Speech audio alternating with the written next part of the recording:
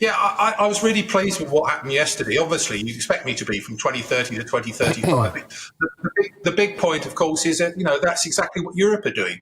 Why should we? We're obsessed with this. I keep hearing we must lead the way. We're only responsible for 1% of the emissions in the world. We're like a pimple on the backside of the planet. We can't make much difference. But what we do when we penalise drivers is hit low-income families, small businesses, sole traders in the pocket. And it impacts on the economy of the nation by putting up the cost of actually filling up, for example, all those sorts of things, high taxes, as you know, ULEZs, LTNs. I could go on forever about how many anti-driver policies there are. We need to actually get the drivers on our side. And he recognised that yesterday, especially a year in front of a general election. What do you make of the argument that, you touched upon there, leading the way? What do you make of the fact now that we could miss the boat when it comes to green investment in terms of electric vehicle factories, for example, in the United Kingdom, if we're pushing this back to 2035?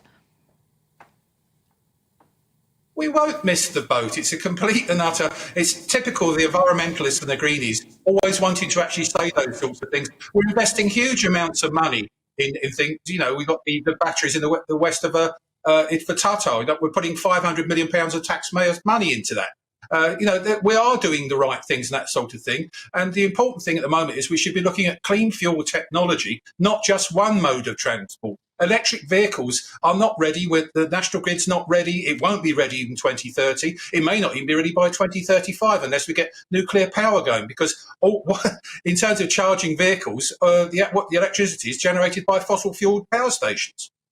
What strikes me as perhaps a little bit strange is that a lot of car companies, Ford's come out fighting on this one, haven't they, saying they're really disappointed by this announcement because they and others have really geared up for 2030, and of course now that's a moving goalpost.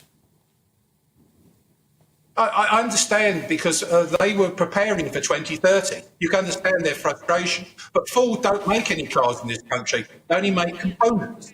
The people don't realise that. There's not one car. The focus has been moved to Turkey, full focus, etc. So bringing it back, to 2035 may encourage them to put internal combustion engine production lines back into this country. It could be a positive benefit. But at the moment in time, I quite understand businesses' frustration, big businesses, because they were told to prepare for 2030. Now they've got to prepare for 2035.